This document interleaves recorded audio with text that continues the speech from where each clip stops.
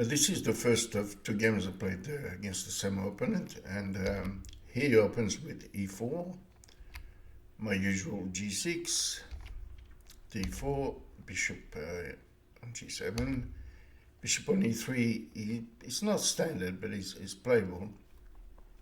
I think here the best move is probably to push on d5, and you can later on you can undermine his center with c5, f6, but it gains a good control of the center. And but here I played differently. I just went for c5, justified of course by him taking and me taking here, and that wouldn't be good for him. So knight c3, take, and here played knight f6. Now this could potentially lead to a quite interesting variation. In the game he played knight f3, but the alternative would have been e5 instead of knight f3, to which I would have played knight here. The purpose of this move is to block off the square f4, threatening to win the knight with a g4. So f5 now prevents g4 from being played. h3 threatens g4 again. Now f4 stops g4, at least for the time being. He would play that, take, and now he's threatening g4. Now here was, when I analyzed the game, I thought e6, and if g4 you check on h4, but unfortunately a move like e6 is causing so much trouble on dark squares, particularly here, that he would probably not bother, and he might play a move like this instead. And if queen checks, it could get messy. The other knight could come behind. He could sacrifice this one, play rook here. I just didn't like the complication. So here just castle. Now it pushes, but now my knight has got a way out. Queen d2 is given by the computer as the best move. Rook f7, and now e6, a good move. That messes up the black's position. Takes and castles. The only move to get anything is e5, swap the queens, and then play bishop e6, because the threat was, of course, bishop to here. So in this position, white is better. There's no doubt about that. I mean, these 2 pawns here are just, they will be collected sooner or later. So anyway, instead he plays knight f3 in this position. I castled, so now I don't need to play d6 just yet, because should he push, I just have a square on e8, and you can remaneuver this knight quite well actually. Bishop d3, attack the bishop, withdraws on e3, d6, castle, and now this is a typical freeing maneuver in the Pirc defense. The knight is not doing anything. It's just, the idea is to come back and swap some pieces. And once this is done and the knight has gone, of course this diagonal is more powerful. Bishop f4, knight here. So he's trying to avoid swapping pieces, but they will get exchanged. Now here I thought about knight d4, which basically forces him to play a good move, and I don't like doing that. And I thought knight to here is not bad, but he would just probably drop back on E2. And so what I did instead, I just played the rook on C8. Obviously, semi-open file, and so there will be some business on this file sooner or later. I makes a move that's not terribly good. Obviously, he's got ideas about coming here at some stage, and perhaps push f4 and get this massive kingside attack, which I don't think is any good actually. But anyway, so here I just played knight here. So he's not going to be keen on coming back with the queen after having moved to h3. So there's a bit of psychology involved, and as predicted, he puts a rook behind, which makes sense. But unfortunately, there's a little combination here, rook takes c3, which leads to his queenside getting messed up, his pawn structure, get some double pawns here. Here he took with the pawn, electing to keep the bishop on the board. He could have done it the other way, which is taking with the bishop, and then knight e2 check, king h1, bishop takes, knight takes, and here perhaps the best move is queen c8. Well, you know, white is not lost, but his position is more difficult to play. You know, if he plays here just b6, and then black is going to pile up on the c file, double the rooks and the queen there, and see what happens. But it's more playable for black than it is for white. So he took with the b pawn, check, take. So now we have this interesting position where this is isolated, this is doubled, versus two connected pass pawn. Sorry, not pass, but connected pawns in defense here. And it's hard to find a plan after this. So I decided to just get my queen out first, like that. And he goes for, pressure on the b file. I just block it off. Then he decides to defend his bits this way. I just go here. Now, the idea of this is actually, I'm interested to draw that pawn forward because it creates black square weaknesses. But also, there are lines where I can play this. So after queen c6, he played f3, and here I looked at the position long and hard, and I felt that I would benefit from exchanging queens. So I played this. He plays a4. I don't know if it's really the best move. I think probably bringing the king across would have been much better. Bring the king to d3 or something like that, and there the king can actually defend the weakness, and the rook can be free to do other things. a4. So I played rook here. Of course, if he pushes here, I simply play the rook here, threatening a checkmate here and picking up the pawn. So that wouldn't be good for him. So he just plays rook b4, and then just drop back. It's not complicated to see what he's trying to do. He's going to hassle me on the queen side and start pushing on and do all kinds of things. So I decided to recycle my bishop and put it on the queen side. it has a lovely diagonal here, but it's not really doing much. The threats are going to come this way.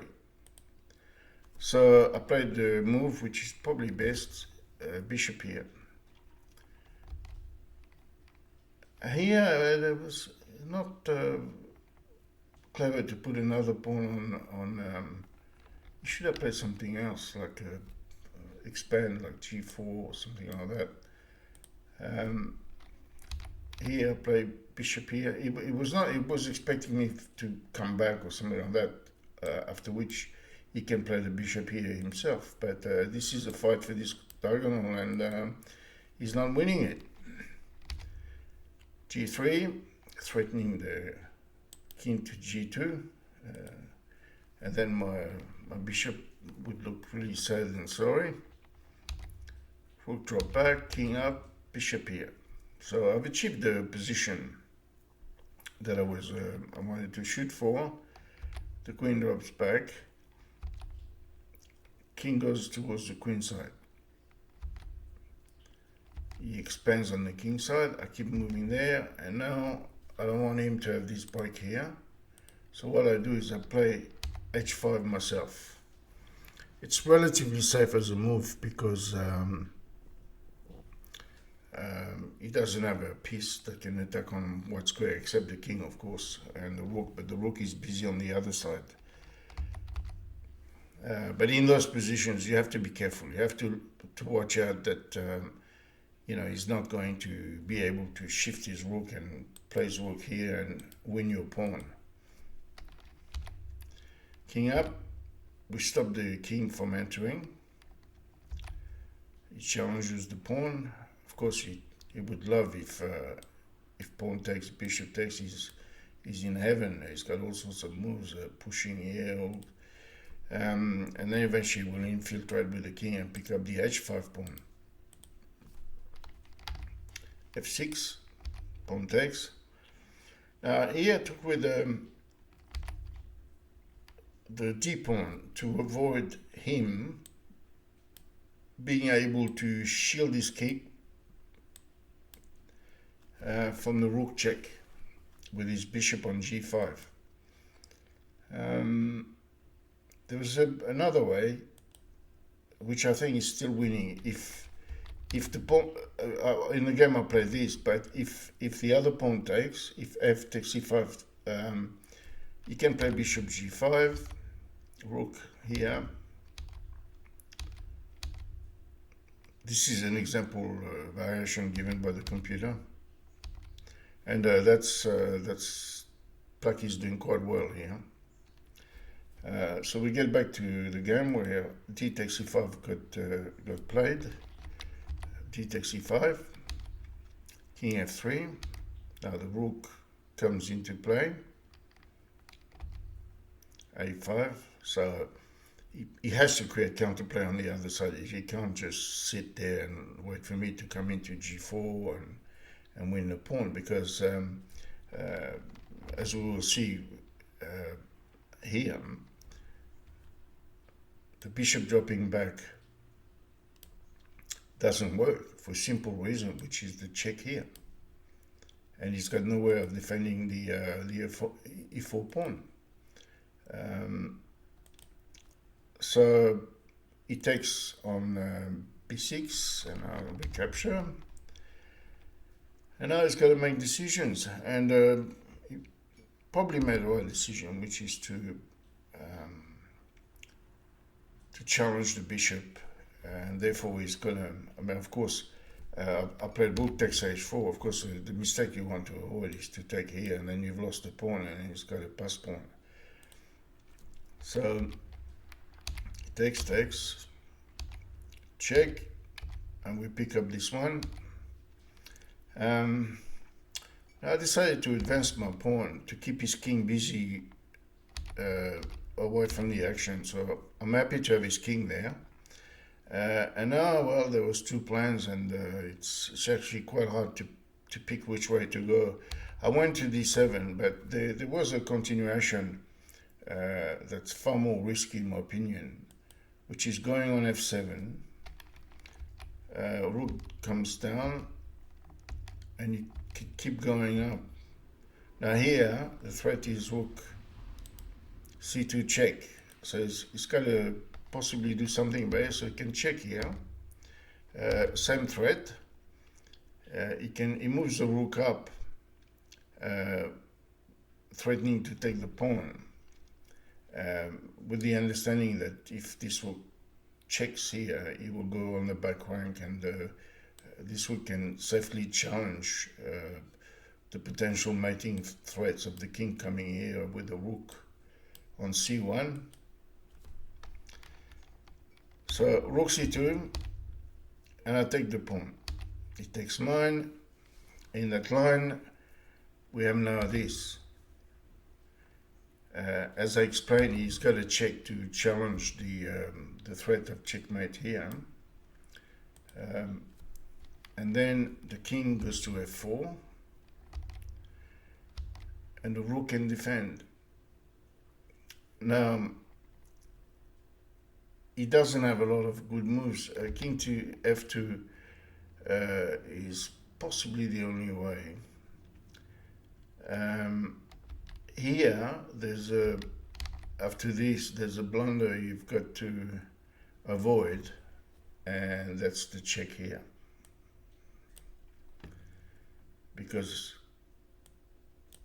king here, and your rook is attacked, and you also have a threat of checkmate. That's the kind of swindle people only fall for just once, and after that you remember it the rest of your life. So anyway, I went the other way. I went on d7 here. It's king d7 instead of king f7. He's got a check. I'll go up this way. Now, he played rook d8, but the possibly more interesting would have been rook a5. Now he's threatening to come down here and pick up that pawn. And of course, if I take here, he takes that pawn. And that would have been an interesting line. There's one way to defend everything, which is rook here, and then you go back here, because now he can no longer check here and pick up that pawn. So you effectively gain a tempo. Rook here, take there, rook f4. And it's a little bit messy. Interesting to notice that you cannot take the c4 pawn, because rook check here, picking up the rook is a dead draw. So king d4, rook here, rook drop back, threatening to take on c4, and he pushes, trying to check the king, but it just doesn't work. And here it's technical win for black. So we get back to the game. He went rook d8 here, from d5 to d8. I play king here, rook threatening the pawn. He takes, I take. He defends the pawn. Here, interesting to see what would have happened if I took. Probably a win, still a win, but I decided to advance the pawn further. And here he miscalculated the endgame. He thought that by giving the pawn this way, his king can take and come back on time. And unfortunately, it doesn't quite work because of this. And after king here, check, and the pawn is going to queen.